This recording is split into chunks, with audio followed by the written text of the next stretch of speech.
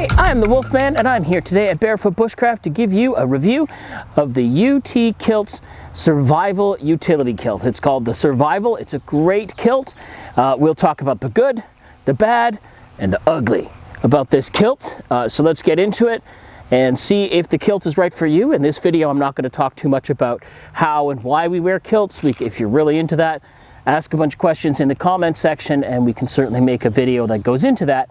But for now, let's give the good, the bad, and the ugly about this kilt. The kilt, of course, is shipped, it's supposedly made in the United States, made on the West Coast.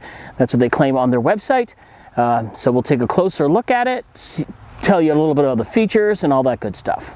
So here it is in all its glory, the UT Kilts Survival Kilt. So I got this one in February of 2020, and this video has been filmed in very late July 2020. So taking a quick look at the kilt, it has a very nice apron. I got the two-tone one simply because I kind of like it. It goes with pretty much all of my clothes, all of my shirts. So we have a nice apron. It's got a bunch of nice black snaps on there. It has some big pockets on this side. Now they claim that you can carry an entire case of pop in this kilt. I haven't tried that out because I don't need to, but it has like a pocket, and the pocket is like, it's huge. Like it goes, see, it goes that far up. So it's a big pocket here and here on each side. Has a key clip so you can tuck your keys into it, or wallet chain or whatever. It has a pocket here, pockets here, and of course pockets underneath, pockets basically everywhere. One of the things I can say that's kind of a cool feature about this is that these pockets are removable, so you can take them off like this, and it's got belt loops so you can make your pocket into a pouch if you want to. Wearing this kilt for the past few months, the only thing I can tell you about these pockets is, in my particular case, is they get caught on stuff and I pull them off all the time, to the point where I suppose I'd actually considered stitching them on, but I don't know. Anyways, so the pockets are removable. They snap back on. They're really durable in that, like I said, they snap on and they do exactly what they're supposed to do. They got nice fitting brass, nice like a silver fitting. I guess they're brass, because this one is kind of a brass color here, and then it's plated. So they've got some nice pleats at the front to put it on. It's got all this sort of stuff just pulls open, and then it lays flat. Right, you got the Utilikilt right there. You've got a little bit of a label. On the inside, you can see all the pleats on the back of it, and decent quality studs for all of where the pockets go together. Right, it would, at first glance, it appears to be fairly well made. So just goes on like this. It's easy to put on. One feature I really love about this, that I will get into now, is they are designed to be waist sizable.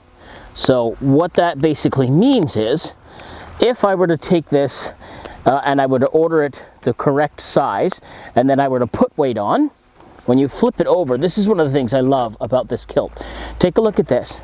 See this? It's like a core sitting on here, and inside it's got Velcro, so you can actually make the kilt bigger, up to 3-4 inches, right? So like quite a few centimeters. If your waist gets bigger, you can make your kilt get bigger. That's a great thing if you happen to put some weight on after you've made the investment of a garment like this. It does have the Utilakilt's emblem on the back. It is, when it was new, it's the same color.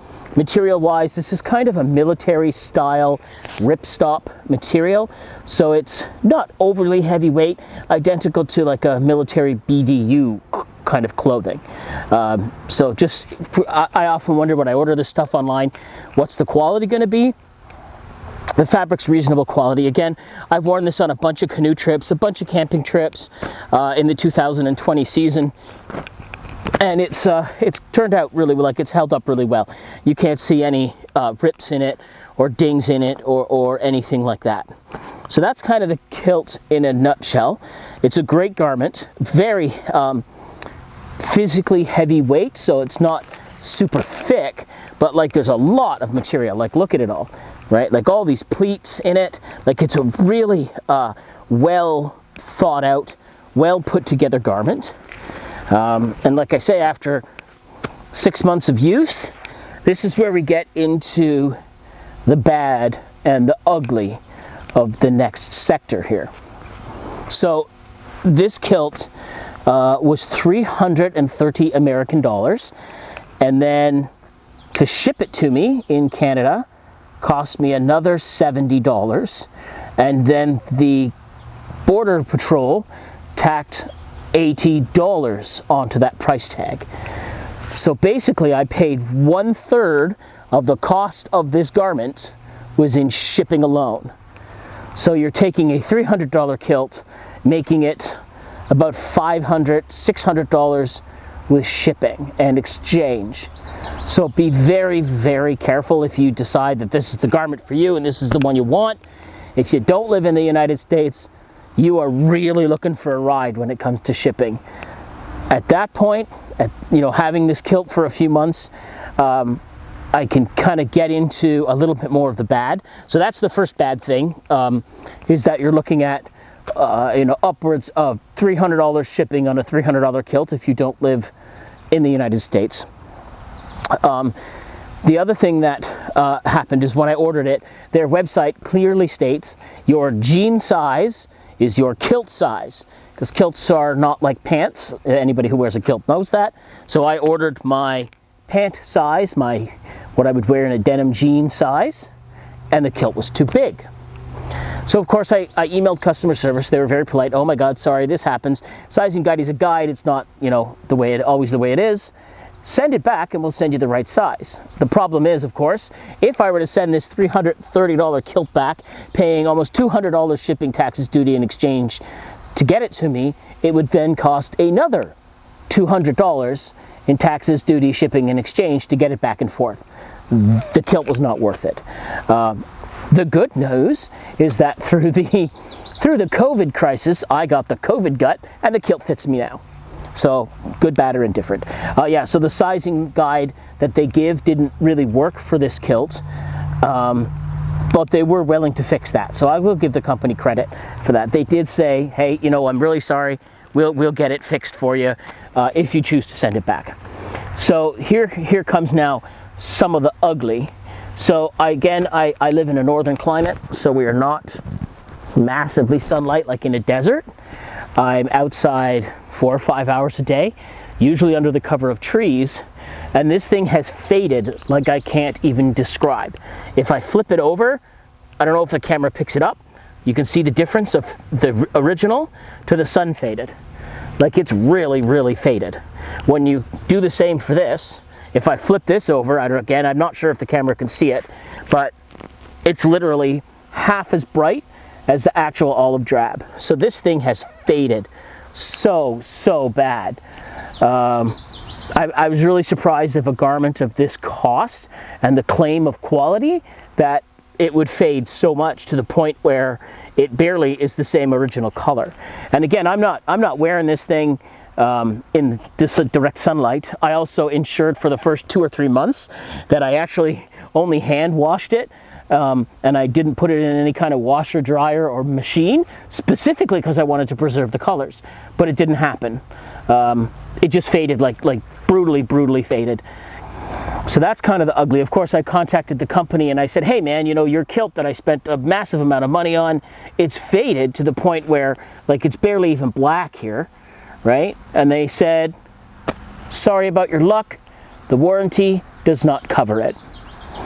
So although they've been pretty good so far, that was really surprising that, the thing now is totally faded and, not anywhere near, and it's not even a year old yet. It's, again, 6 months old, and it's faded brutally. So, yeah, that is the Utilikilt in a nutshell. Again, if you are a regular guy and you wear this part-time, maybe you work in an office, you go out once a week to a club or something like that, you're not going to get a better kilt, right? It is absolutely fantastic quality.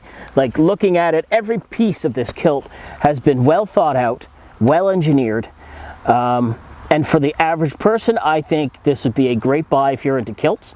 Some may say $300 and something is expensive minus the shipping. Go to any Scottish shop and try to buy a real kilt with a tartan, and you will be spending upwards of $1,000. And they are not the quality of this. Like a real wool kilt is a fine garment, but not the kind of utility rugged quality that you're going to get in the Utilikilt. But again, my biggest two complaints about this are the shipping and the fading. Wrong sizes, that's no one's fault. But I mean, the fact that this garment in less than one summer's use has faded to the point where it's barely the original color, to me that's unacceptable for the cost. But that's my honest review of the garment. Again, if you're not going to be wearing it outside, you're only going to be having fun in it, I don't know, like I said, going for a hike in it or whatever, it's a great kilt if you want to spend that kind of money. I have another kilt on right now. This one here I got for $60 on eBay. $60 including shipping, from Pakistan. Not faded at all. Exact same color. It has been through the washing machine. This is 3 years old, not faded. I have bought other ones from the Highland House of Pakistan. The same thing. They're $60 to $100. They're incredibly inexpensive, reasonable. Certainly not the quality of this, but reasonable quality. Wear them out in the sunlight at kids camp, canoeing, hiking, swimming, camping, climbing, you name it. Every activity, no fade. This one, very little outdoor activity, massive fade. So I don't know what to tell you about that. You know, again, I had approached the company, but it wasn't important enough for them. So that's the Utikilt, or the Utilikilt Survival in a nutshell. So that's a quick, good, bad, and ugly review of the Utilikilt Survival. Unfortunately, it wasn't quite what I had expected. It certainly did not meet my expectations for what I consider a very high cost garment for the price. The 330 American dollars didn't really bother me that much, but the $200 shipping, and then it didn't fit, and then it faded. It was brutal. And again, please understand, I have communicated with the company and I have let them know these concerns, and it was sort of met on deaf ears. But if you don't, you're going to take it outside that much, you're going to use it at the club, you are going to take the kilt, you know, out, I don't know, doing yard work or something like that, or any of the occasions you would wear a non-formal kilt. They are great for yard work, great for canoeing, great for hiking. All in all, the kilt is a great garment for that, other than the few concerns that I did have with it. I'd like to thank you so much for watching this video. I'm the Wolfman for Barefoot Bushcraft. Stay cheeky breeky.